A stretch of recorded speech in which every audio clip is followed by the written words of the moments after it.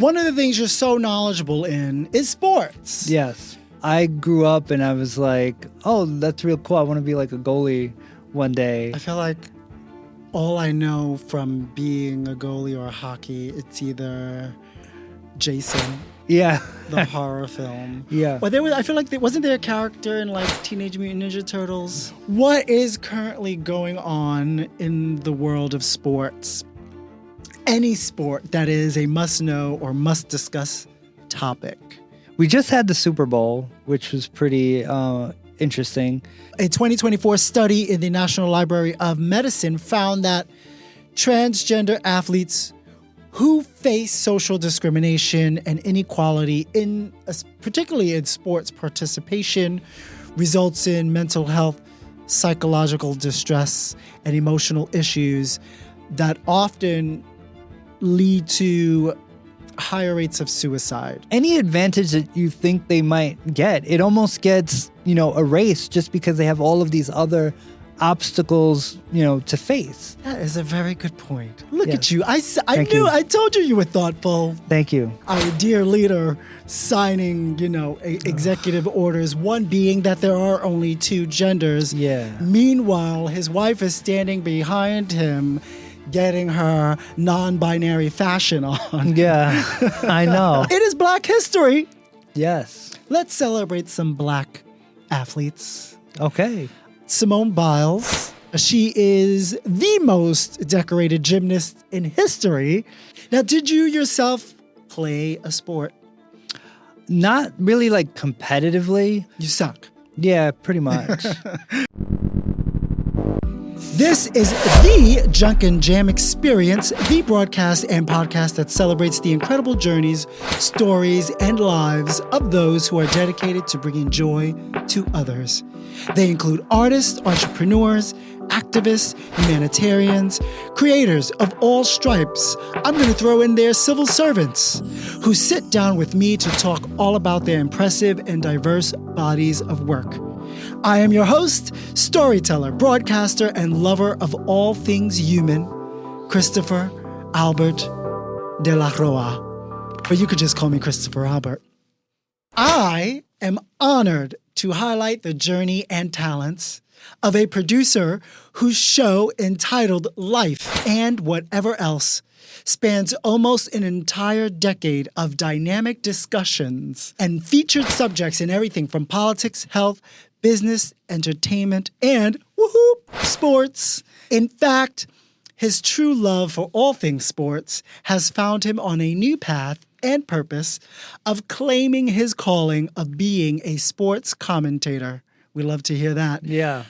Of which his qualifications include being a studied broadcaster, earning not just a degree in mass communications from Iona College, but also served as the department's media director.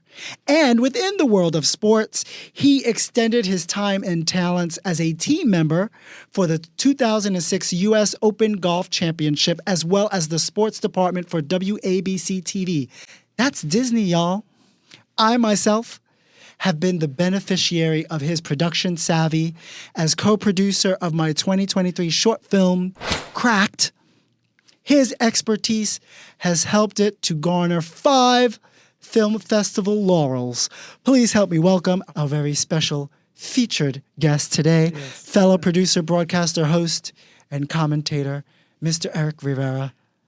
Thank you for having me. Thank you for joining me, Eric. That was quite the intro, because you really found out some stuff about me. I said it to Edwin, my husband, for those of you listening, watching. I said to him the other day, I'm like, I love Eric, no homo. But sometimes, and you're not the only one, right? Uh-huh. People don't know how to sell themselves. So I'm like, you know what? It's my job to sell them. I appreciate you selling me, because sometimes it can be a little hard. You're nothing but a whore. Oh, man. Wow. Eric. Yes. Before going back, let's talk a little bit. You have a YouTube channel and your show, Life and Whatever Else. Yes. Do tell us, like, it's 9 years you've been producing it. What was your maybe initial goal to where you are now? When I first started the channel, it was kind of just messing around.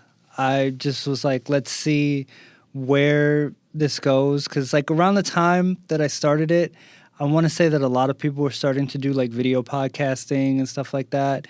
So because I didn't have like any radio equipment or anything like that at home. So I was like, how do I like do this stuff? Yeah. So when I found out about like MNN and everything like that, I was like, oh, they have all the stuff that I would need to be able to do this. So when I first started, you know, the name too, Life and Whatever Else, was kind of like, well, what's the show going to be about? I was like, life and whatever else, like my life, whatever else is going on. You're very thoughtful and you're so knowledgeable of all things. Yeah, I try to be. And I think you're incredibly talented. Thank you. And the camera loves you. Oh, thank you. I appreciate that. By the way, I didn't do this. Oh, look at me. Look at me. You're What? wearing the same thing. I know. Look at that. Almost. Wait, no, it's different. No, it's different different. sweater, It's a zipper. but You're wearing a almost the zipper same today. thing. Different facial hair too, but I actually like that picture. Wow, look at me. One of the things you're so knowledgeable in is sports. Yes. Tell us a little bit about when your love for sports began. So the funny thing about my love for sports is that it really started a little later in life, because when I was growing up, I really did not watch a lot of sports. I kind of watched like major events. Like I would watch like when the Knicks were in the playoffs or when the Rangers, like in 1994, the New York Knicks and the Rangers both went to the finals, you know, in their sports. And so that was kind of like the first, like I had known about it, but that was like the first year where I really paid attention to a lot. I was already like, you know, 7 years old at the time. So I kind of was a late bloomer, I guess. Like I really didn't grow up with a lot of people around me, like diehard sports fans or anything like that. So I had to kind of discover things as we went along. So I think like as I got older, you know, through the years, me trying to discover new things that I had never really known before, like really, you know, how do I say, like piqued my interest, I guess. Yeah. And so things kind of just went from there through the years, and like it's just become a passion of mine. A passion. Yes. I know you love basketball and wrestling. Yeah. Wrestling was probably, I know a lot of people say, oh, it's fake and everything like that. But if we were actually to pick out like... they're athletes. Yes, they are. And if I were to pick out like the first thing that I was a fan of, it would probably be wrestling. That's probably what I grew up watching the most. But then, you know, I probably picked up, the next thing that I picked up as like and it became a real diehard fan of, I would probably say was basketball. Basketball and hockey were like the two at the time. Like hockey I became a fan of because I always loved the goalie mask that the goalies would wear, because they had like cool designs on them and everything like that. So I grew up and I was like, oh, that's real cool. I want to be like a goalie one day. I feel like all I know from being a goalie or a hockey, it's either Jason, Yeah. the horror film. Yeah. Or I feel like wasn't there a character in like Teenage Mutant Ninja Turtles who wore like a hockey mask? Or is that? There was Shredder. Did Shredder wear a hockey mask? No, Shredder. Not Shredder. Shredder wore Not Shredder. fabulous shoulder pads with spikes on them. Yeah. There was. We're gonna have to look into There probably that. was. The original masks that the goalies wore were like the Jason mask. And then eventually they evolved into like really fancy like designs and everything like that. And so Glow in the dark. Yeah. They were really fancy. Maybe not glow in the dark, but like they were really fancy and like really cool. But so it was hockey and like basketball, and then eventually like came baseball and football. What is the need or necessity for having like fancy sports gear on your players, right? It could be the jerseys, what they're playing with. I think a lot of it now is a lot of companies, like they obviously see revenue in it. Like if an athlete's wearing like a fancy jersey or a fancy design or something like that, then everybody's going to want to buy it. Yeah. You know, we see it with the Jordan sneakers all That's the right. time, like people getting in line wanting to get them. But another thing we see a lot of is like retro jerseys. I remember as a kid, and there was just one random going back to school semester that my mother had some money. Yeah. And I was like, oh my God, I get new clothes for school this year. Yeah. Oh my God. And today I'm wearing a wind shirt. But I think it was a pullover. It was a starter jacket. And I think it was like a hockey team or something. Okay. Because I loved, and I don't remember. I don't know if it was Sharks or something. Is it Sharks? There is a Sharks hockey team. And I also loved the colors. So I also got like the hats for the basketball team, the Charlotte Hornets, because I just love like the colors. But that's where my knowledge of sports ended. Yeah, and that's like something that helps like bridge the gap between people who wouldn't normally be sports fans and, you know, and people involved in sports is like there might be people who are involved in fashion who are like, oh, well, I don't really watch sports, but then they'll see a fancy design or something like that and be like, wow, that's really nice. One part of the business of sports is the broadcasting of it. Yes. You studied communications is it Iona College or Iona University? So they changed? It was Iona College when I was there. It's now Iona University. They waited till after you left to upgrade it. Yeah, still after I left, yeah. You should just call it university now. Yeah, I do too. I don't know why I said college before, but I guess it's a little confusing for people who were there when it was a college. Is this a college or a university? Yeah, I don't know. Well, what is communications? Like, what was your interest? So my interest was always like TV and video, basically. That's like what I got into it for. Like, that's what I studied when I was there. Like, there were other areas, obviously. There's like PR and there's radio, marketing, all that stuff. I was TV and video. Yeah. And, you know, the funny thing about TV and video is that and we always used to joke about it over there because it was a relatively small department, is that it always feels like the outcasts. The dorks in the radio station and not the even TV really studio. There were some. There were some. I mean, I was one of them. But. There's always some, but I would say it was more just the people who were like, well, I don't really know what I want to do. So they ended up I just want to touch buttons, man, for now. Pretty much. Yeah. Or they didn't want to do something harder. So they were like, oh, I'll just do like mass communications. And then, until they learned the production part of it. Yeah, it's they work. would realize that it's hard. It's not easy. But we were like in this department and like we were like one of the furthest buildings because like you have the main campus and then our building was like off to the side across the street and we were like in the top floor. So we were like considered like the outcasts. Like people would come up to that department for something and they'd be like, man, you guys are all crazy up here. And we were kind of crazy at the time, actually. Well, everyone's a little crazy. Everybody. Now, did you yourself play a sport?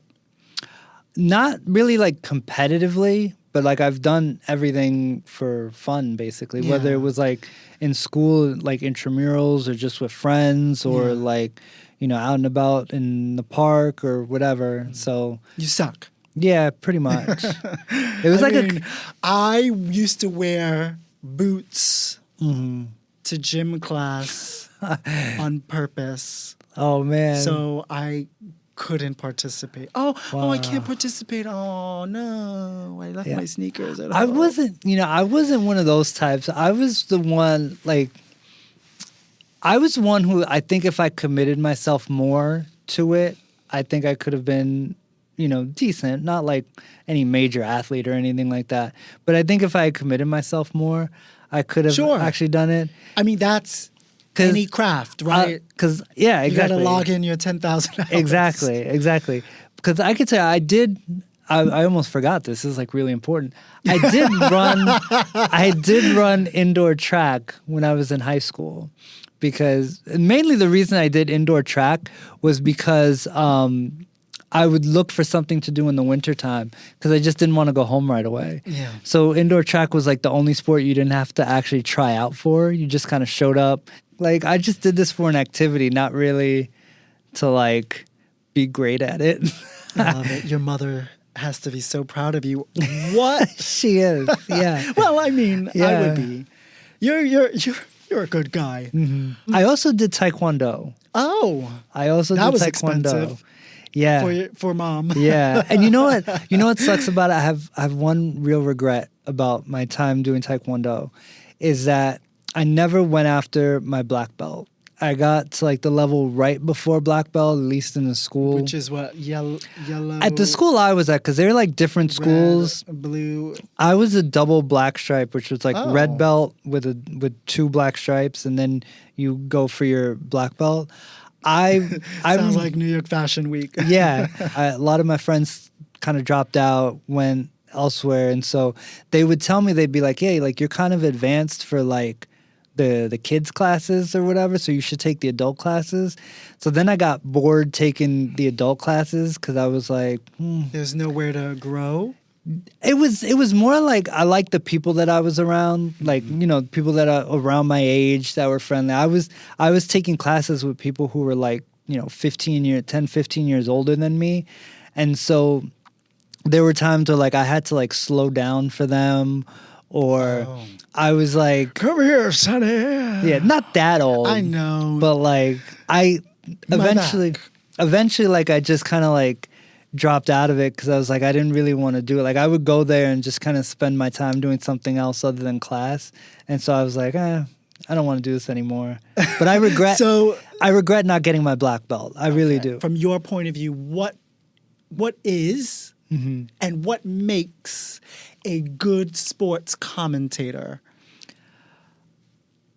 I think somebody that just doesn't take away from the game and make it about themselves. And I'm like, it's not about you. Like, if you have an opinion about the game, that's fine or whatever. But, you know, don't make everything about yourself. We want to know the cold, hard facts of the data of this game. Yeah. And maybe it's the business of it. You know, let's get someone maybe who's not a great sports commentator, but a great personality. Yeah. There are a lot of people who I think are trying to make themselves a name as opposed to kind of adding to what you're watching. You're not being additive to the experience. Okay, so who are some sports commentators that inspire you, that provides spectators comprehension and brings levity to the sports they're commenting on? There's never been anybody that's really like caught my eye, like, wow, like I need to listen to this person. Yeah.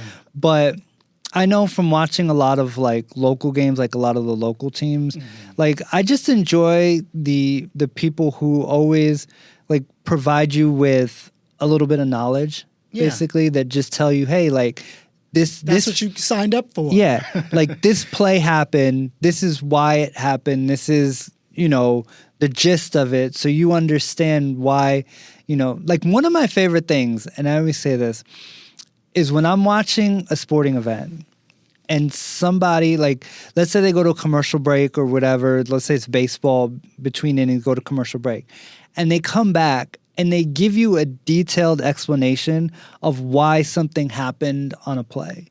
Because I feel like too often people, like especially on TV, because you don't have access to like every angle or whatever, so you don't see everything that happens.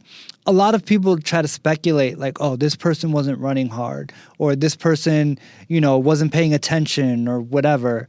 And they'll explain, no, this person had to hold up because they had to watch to make sure that the ball wasn't going to be caught before they ran. Yeah. So then when they ran, you know, that's why they were thrown out at the plate, because, you know, they had to stop for that split second. So they explain that to you. And I always appreciate, like, those things are things that I appreciate.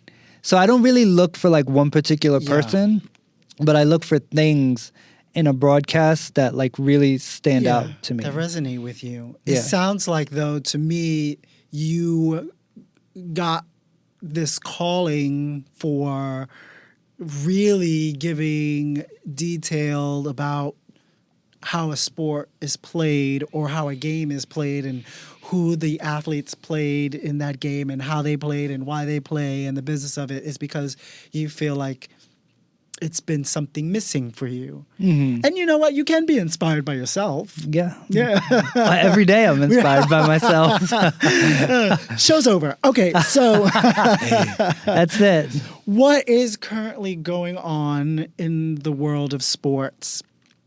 Any sport that is a must-know or must-discuss topic.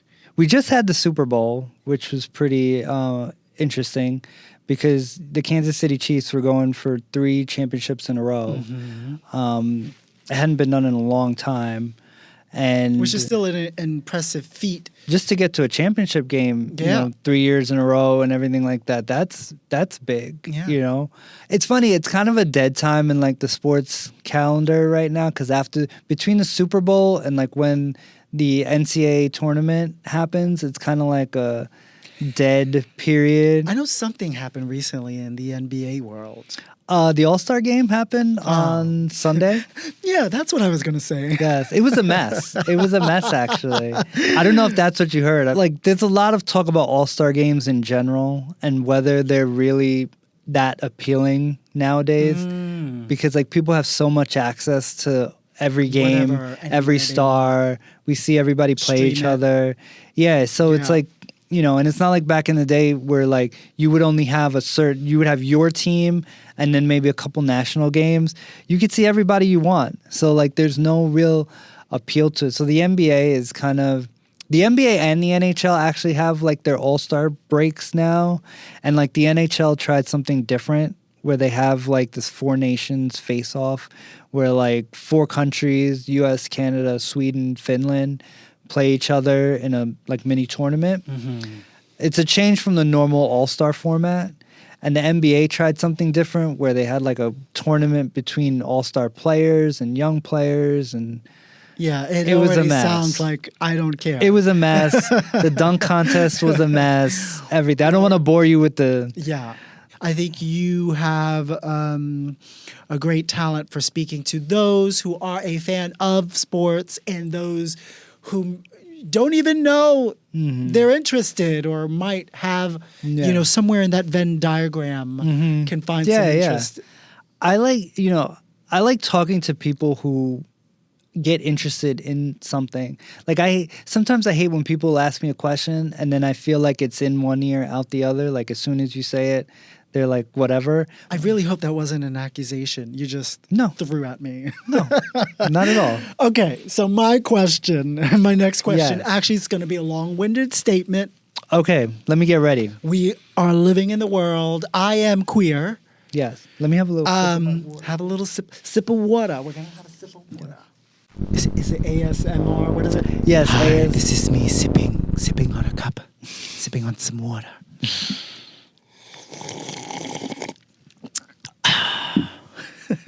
I love those because it's like you have to make the slurping sound because if you don't, it's what's the point? What's the point? One sports issue of the day that I feel resonates with me, according to educationnorthcarolina.org, I believe, sports provides significant physical, emotional, and social advantages for vulnerable youth. That includes transgender adolescents. Sports can help transgender students overcome feelings of isolation and allow them to develop positive self-images. That's sports for anyone, right? A 2024 study in the National Library of Medicine found that transgender athletes who face social discrimination and inequality, particularly in sports participation, results in mental health, psychological distress, and emotional issues that often lead to higher rates of suicide. Mm-hmm. The Human Rights Campaign has stated there has been considerable amount of disinformation and misinformation about what the inclusion of transgender athletes means and what that means in sports. Many states and athletic organizations have for years already found success in balanced fairness, inclusion of trans athletes, and access to play without any problems. Mm-hmm. According to the BBC, the debate centers around the balance of inclusion, sporting fairness and safety in women's sports, which I find fair, right? That's a fair concern. Essentially, whether trans women can compete in female categories without their biological sex giving them an unfair advantage or presenting a threat or injury to others in competition. Yeah. Scientific review by E Alliance states that the available scientific evidence shows that trans women who have undergone testosterone suppression have no clear biological advantage over cis women in elite sports, and advises that any policy developed around transgender athletes should carefully consider there already is a lack of participation of trans athletes anyway. According to the HRC, legislators have repeatedly been unable to justify the need for certain laws that ban their inclusion and admit that very few transgender youth even play. Right? We just... Can you explain, in your expertise, what is the history of the necessity of having sports separated by gender? I mean, because you watch sports, right? I'm presuming mostly male sports. I watch probably more women's sports now. Not more than WNBA is rocking. Yeah. It's also more accessible than it's like ever been. Right. They show it a lot more on TV than it used to be. Like even volleyball, like they show a lot of women's volleyball now. So, that's a good question. I think it just kind of became the standard for a lot. Like I don't think back in the day there was a lot of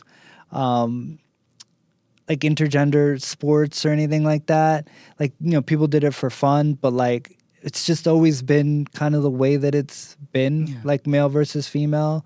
I mean, you've seen unless you're in high school. Yeah. I mean, when you're a little kid too, because like I feel like sports when you're a little kid are not really broken. Because I didn't really play sports as like a little kid, so everything that I've seen, like I've seen girls play, with boys when they're little kids and everything like that. And then like I guess just as people get older, they kind of I guess the thought process is that as your body matures, like we have to start like separating the genders and everything like that. And it's weird because like for me personally, like I've never like clamored to see men versus women. Like it's never been like it's out of my way. It's like never been, but it's like for me, like that could be taken two ways because sometimes like people will say, oh, I don't want to see men versus women because men are superior. For me, it's like I know that a woman could compete like with a man. Like, yeah, maybe, some women can't or whatever, depending on the level of athlete or whatever but that's experience. The same in male-only sports, right? Yeah. You put boxers in certain levels. There are people who size. There are people who are good. There are people who are bad. There are people who physically can't match up with other people. Like in combat sports, that's why there are weight classes. Because if you just had like a heavyweight boxer face a guy who weighs 140 pounds, I mean that might not end well. So that happens everywhere. So I probably should do some more research on that. I just wanted to know, I'm not here to throw you under the bus. I just thought I would ask, could having transgender-only sports appease people on both ends? Even though there's no real transgender play athletes, like, there's not many. Yeah, there's not that many. Like, even the NCAA, like, they came out with something that said, I think, there was only like 10 transgender athletes. The number's not there, I guess, to have transgender only. Yeah, they're right. Sports. Yeah. So it's like, that's my thing. And like, maybe I'm going to go on a rant here, but that's my thing when people want to ban transgender women from women's sports, because it's like, there aren't that many of them.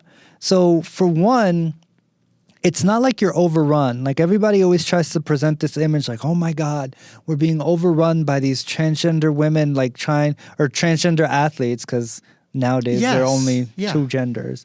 But they always make this case that, oh my God, we're being overrun. You're also supposed to only have one wife. Yeah, yeah. But like they always make this case that we're being overrun by transgender athletes. And I'm like, where? Like where are they? Because here's another thing, and I'll say this much. Who's to say that there aren't transgender athletes that we don't even necessarily know about? That is right. And it's nobody's business. It's nobody's business. You know, so, they have, I guess they have doctors, you know, for specific, just to serve athletes who give them the clear to play. Yeah. The doctors know best. And this is not an issue that any doctor has raised, that, to my knowledge. Yeah, I mean, this is an unfair advantage. Yeah, the only sport. I'm presuming that the doctor knows testosterone levels. Yeah, the only sport that I would say that, at least in my opinion, that it would be a big issue could be combat sports. But like you'd have to establish an actual standard of what is considered, and you'd have to get a bunch of doctors, not just doctors who are like, we have to get rid of transgender athletes. When we talk about classes and weight, it's based on body type. Yeah. The end. Mm-hmm.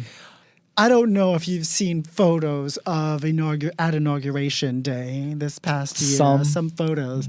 Our dear leader signing, you know, executive orders, one being that there are only two genders. Yeah. Meanwhile, his wife is standing behind him getting her non-binary fashion on. Yeah, I know.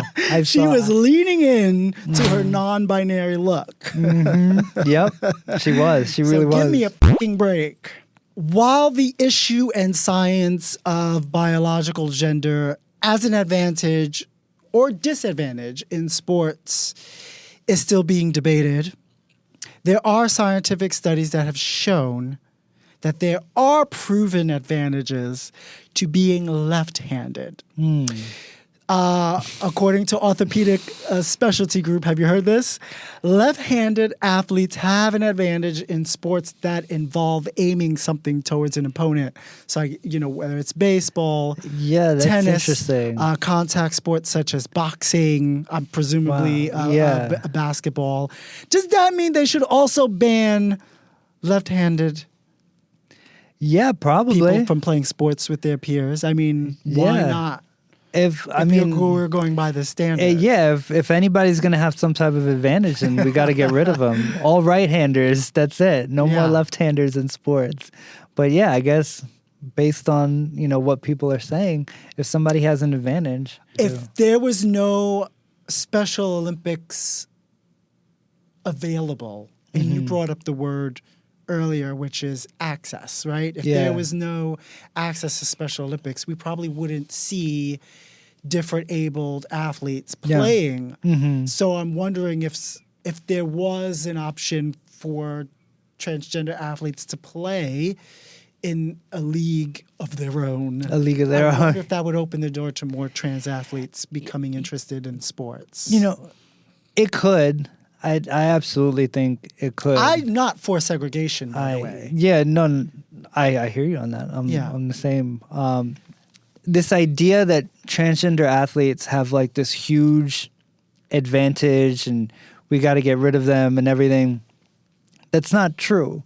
So it's like we're making this push to ban them when it's like in reality they just want the opportunity. You know what I'm saying? They just want the opportunity to play or do the thing that they like. That they love, enjoy. It brings them joy. It brings other people joy. It's sports. It's inspiring. Yeah, and like if you look at it, like especially like if you look at like swimming, for example, like Katie Ledecky is one of the best swimmers of all time and everything like that. She's not transgender. Like she's a woman. Like they're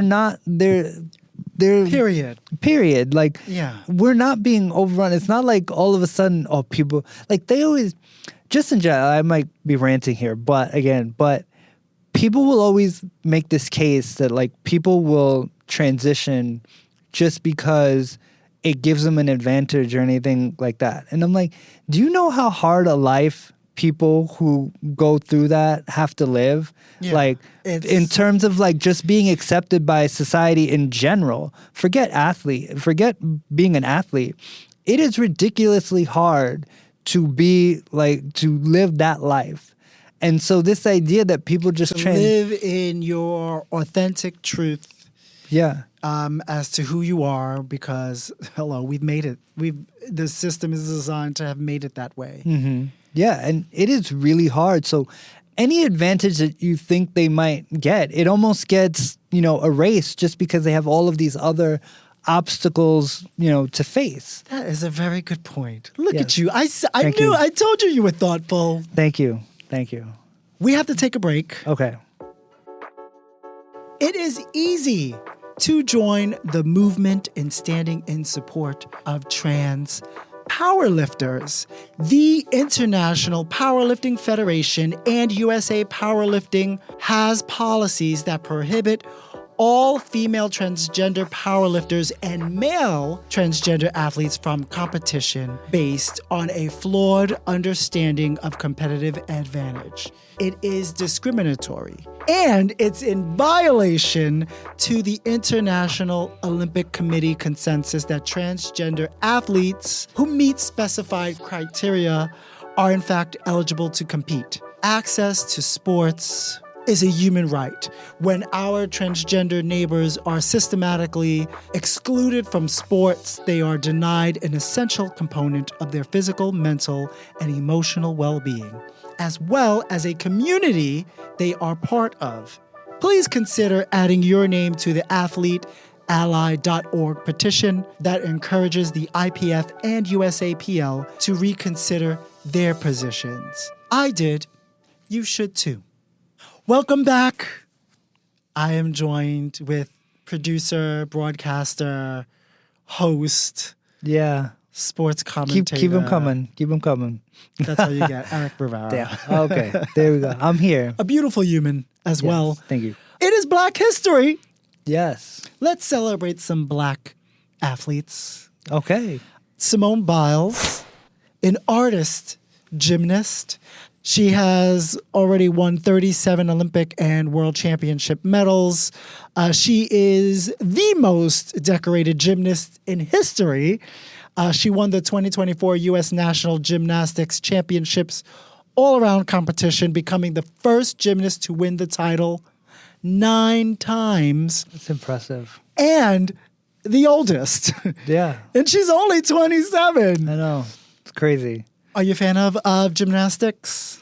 Yeah, I mean, I watch it every 4 years when the Olympics comes on. Yeah. But then, I'll follow it, a little bit. Because like I was telling you before, how things are more accessible now.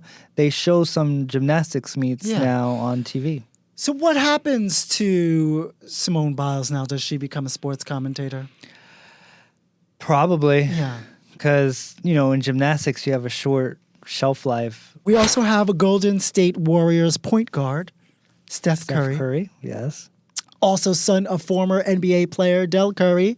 He is a 4-time NBA champion, a 2-time NBA most valuable player, 2-time gold medalist, considered one of the greatest shooters of all time, known for his long-range shooting, as well as considered one of the greatest.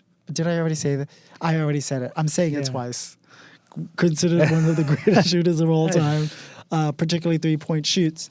He's also good at golf. Yes. And played a major role in resurrecting Howard University's golf team.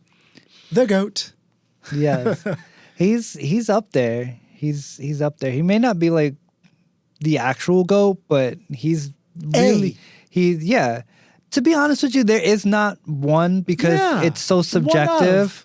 But he is definitely one of the most influential people. Speaking of, so for someone who doesn't know, what has he done in terms of like bringing more prominence to long range shooting in the NBA? Well, he's basically taken it to the point where like everybody wants to copy like his type of game. Yeah. Because is so good. Like, he's so good at making such a wide variety of shots. Like, most people, when they shoot 3-point shots, normally they'll have like a favorite spot on the court. It'll be like, oh, they're really good in the corner. They're really good at the top of the key. They like shooting at the elbow. These are all sports terms. I'm sorry. You can look them up, everything like that. But people will have like different spots that they like shooting at. Curry, though, shoots anywhere. And it's crazy to see, because when he came into the league, like, a lot of people were kind of doubting like if he could actually be a star, because he wasn't the biggest guy. Well, funnily enough, he is still like 6'2", 6'3". Yeah, that's funny, which is still small when you see him in in basketball. person, you're like, oh, hi. Yeah. But next to other NBA players. He's short, yeah. I mean, he was still built for the game. Yeah. And I will say one thing. I have stood next to like some NBA players at times, like really tall ones. Yeah. I don't know if you know Kristaps Porzingis. Mm-mm. Well, he played for the Knicks for a while. He's like 7'2". Oh my. 7'3", something like that. I walked right past him on the street one time, and all I could think about was, how would I like shoot over this guy? Like, if he was guarding me, like, how do I shoot over him? He's so tall. All I want to think about is like, how do I hug you? I'm gonna hug you. Lift me. Yeah. Pick me up. So I walked past him, and like, you know, going back to Curry, when you think about how tall NBA players are, to be able to shoot over them, like when they're guarding you and they have a hand in your face. Yeah. And when they have a hand up like this, they're almost like 10 feet tall, basically. Right, because it's height plus arm length. So he has to shoot almost like over a 10-foot. Like, imagine there was a 10-foot wall in front of you and you had to shoot over it. Like, that's what he does. It's coming right back and smacking me in the forehead. Not for him, though. It's going through the hoop. Yo soy boricua. Well, Nuyoriqueño. Yeah. You as well. Mm-hmm. We're also going to celebrate our Black Puerto Rican athletes. Of course. Major League Baseball player Roberto Clemente drove 3,000 hits. You're going to have to explain to me what that means. 240 home runs, battled in 1,305 runs. He led the Pittsburgh Pirates to 2 World Series title.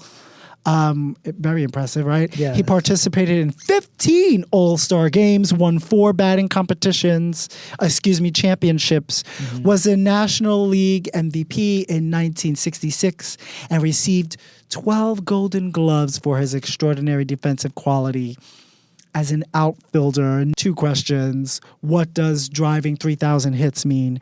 And what is an outfielder? So real quick, simple. So 3,000 hits, basically, when you take the bat up to the plate and you hit the ball. Oh, wow. And yes. nobody catches it. That's a hit. That's a hit. That's great. So you got 3,000 of them. And then what was the other one? Outfielder? Because to me, it's 12 Golden Gloves sounds like something you get for boxing. Yeah, it does. There's the Golden Gloves tournament. That's just defense. Like when you're out in the field, outfielder, and they hit the ball. So he's good at hitting and catching. Basically, he's good. Everything you just said, he was great. Basically says he's a great player. So there are 12 statues of Roberto Clemente today in the world. 6 of them are in Puerto Rico. 5 are in the United States. 1 is actually right here in the Bronx. That's a fact. And there's another one in Nicaragua. Yeah. For those of you who don't know, in 1972, there was an earthquake that struck the capital of Nicaragua. He boarded a plane loaded with humanitarian aid for the victims and never made it out. He died a hero, like a humanitarian. Yep. Life was cut short. His life story was once banned in Florida schools and libraries because his story includes his experiences of discrimination and racism. Okay, sorry. We're back. We're back. Okay. Track and field athlete. We're going to celebrate a Black Puerto Rican athlete named Jasmine Camacho-Quinn at the 2020 Tokyo Olympics not too long ago. She became the first Puerto Riqueño of Afro-Latina descent and the second person representing Puerto Rico to win a gold medal. Her personal best and Olympic record of 12.26 seconds is tied for the 10th fastest time in history. Do you know anything about what that means? Her personal best being 12.26 records. Is that like on track? Yeah. It's fast. She won a bronze medal at the 2022 World Athletics Championships and a silver medal at the 2023 World Athletics Championships. In the 2024 Paris Olympics, she won a bronze medal, her second one becoming the only Puerto Rican to have won 2 Olympic medals. Yeah.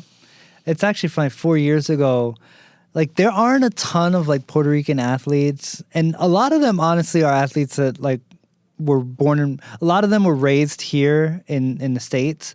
And it's always interesting because every time the Olympics comes up, I'm always paying attention to the Puerto Rican flag. And I'm like, who's competing for a medal here? And I saw that she was like one of the favorites, like if not the favorite in 2020. And I was like, oh, wow, that's cool. So I was rooting for her then, and then I was rooting for her again in 2024. That's awesome. Okay. Yeah. So there is plenty of Eric Riveras out there. Yes, there are.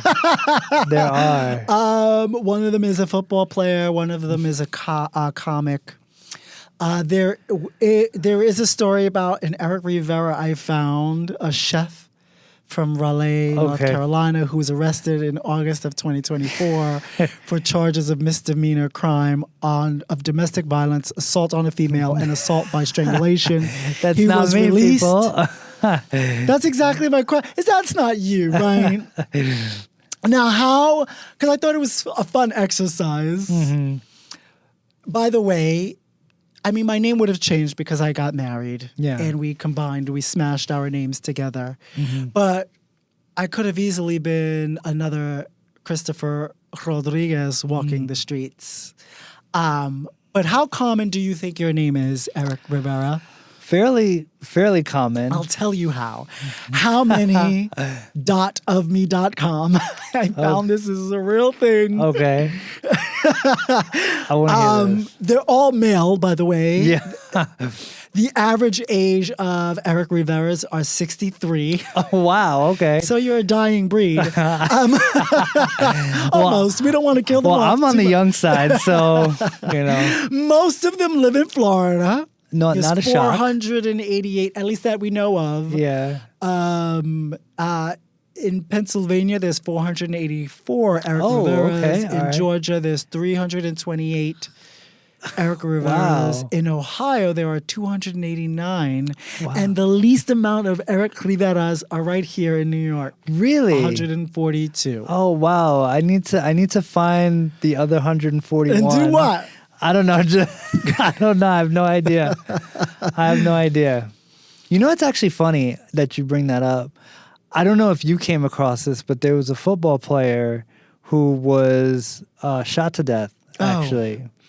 Yeah, I had him as a football. I didn't get too much into the story. I don't know if his killer, his name was Eric Rivera. So whenever, like if you Google that name, that's probably going to be one of the first options that come up.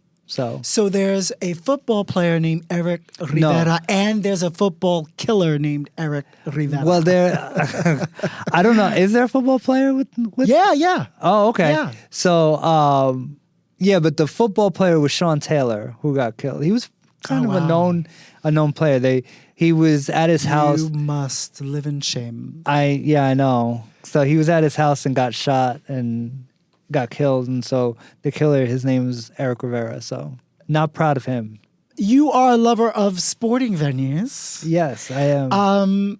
Real quickly, stadiums versus arenas, what's the difference? Stadiums are one bigger, and they tend to be open air, so, basically they don't have a roof. Yeah. And then arenas tend to be smaller, and, they have roofs and... Yeah.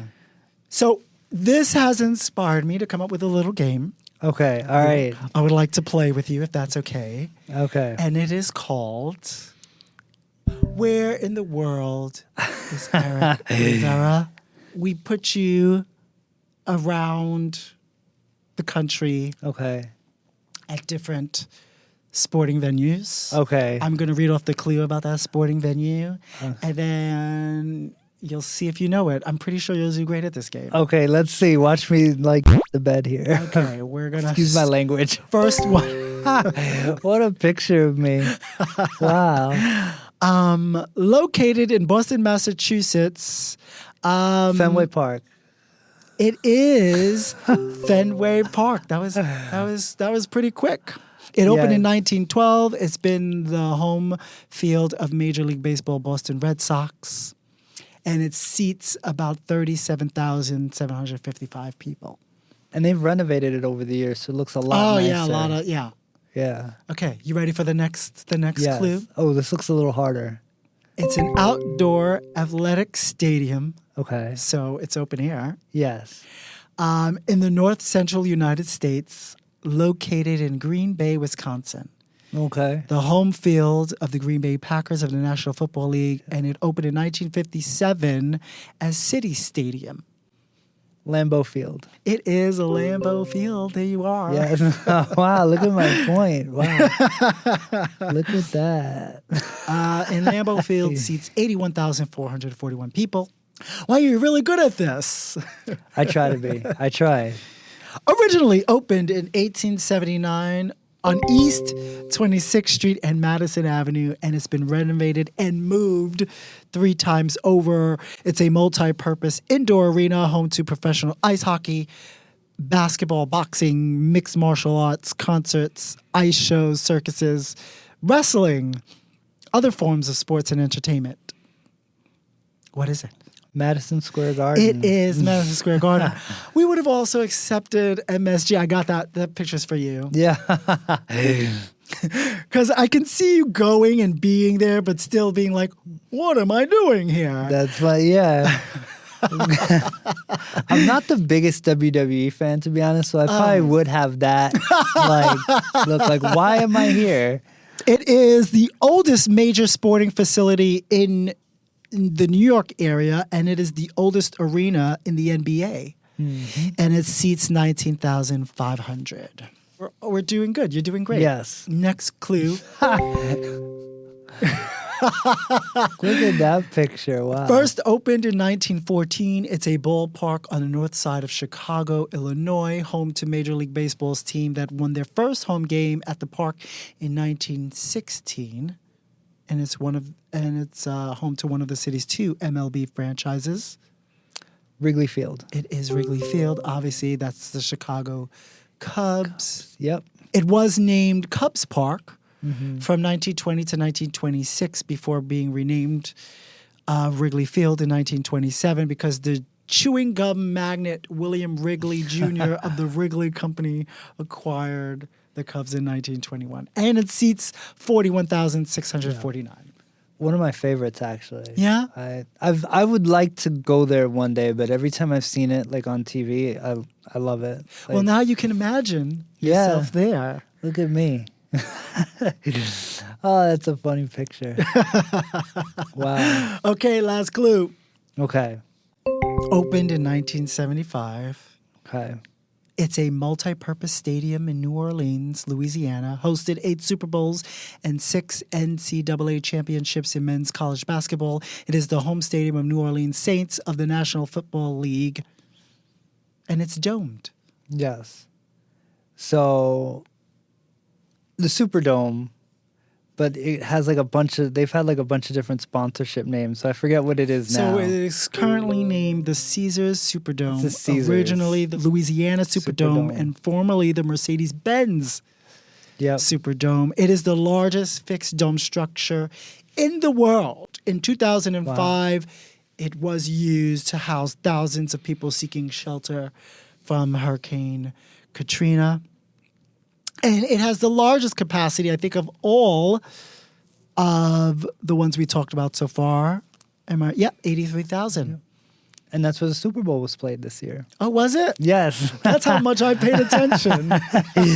Yep, that's where the Super Bowl was. Oh, look, you could see Taylor Swift. Am I required to boo her or whatever? Oh, are we booing her? No. I thought that was rude. I thought it was rude too. She don't do nothing. She was just there to show support. I know. Weird. I don't understand why people dislike? I mean, this hyper masculine energy is not the flex. I don't think that people think it is. Agreed. I would agree with you on that. I mean, it's Taylor Swift. I know. I mean, that used to be my argument. Is like, if you're a grown man and you're worried about clothes I'm wearing. Yeah. Meanwhile, I'm not worried about what you're wearing. If you're a man, why are you worried about what another man is wearing? Never understood it. Unless you're interested. Yeah. Either in me or my clothes. Yeah. Maybe both in some cases. You're a little jealous. You want to wear my tight jeans. Yep. Good luck getting them off because I could hardly get in them. It's crazy out there. Eric, thank you so very much. I know we could find you on YouTube, Life and whatever else. Yep. If it's okay with you. Yes.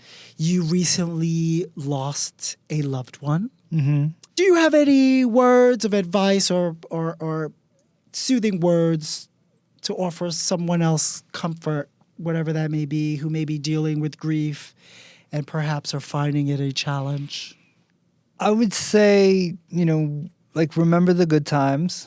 Like, always, you don't want to get sad about anything. So always remember the good times that you had with that person, and understand that it's not wrong to kind of struggle with losing someone.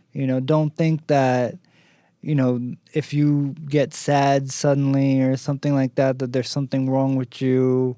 Or, if you don't want to show, if you're trying to hold back, like, being emotional in public or whatever, or anything like that, like, just understand that, like, sadness will come and it happens and everything like that. And, as time goes on, it kind of gets a little better.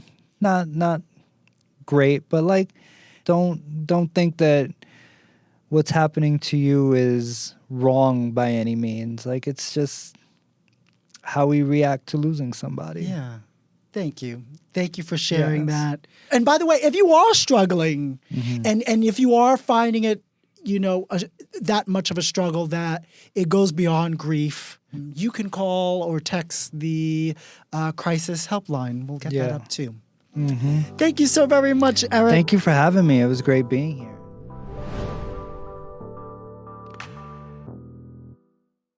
here.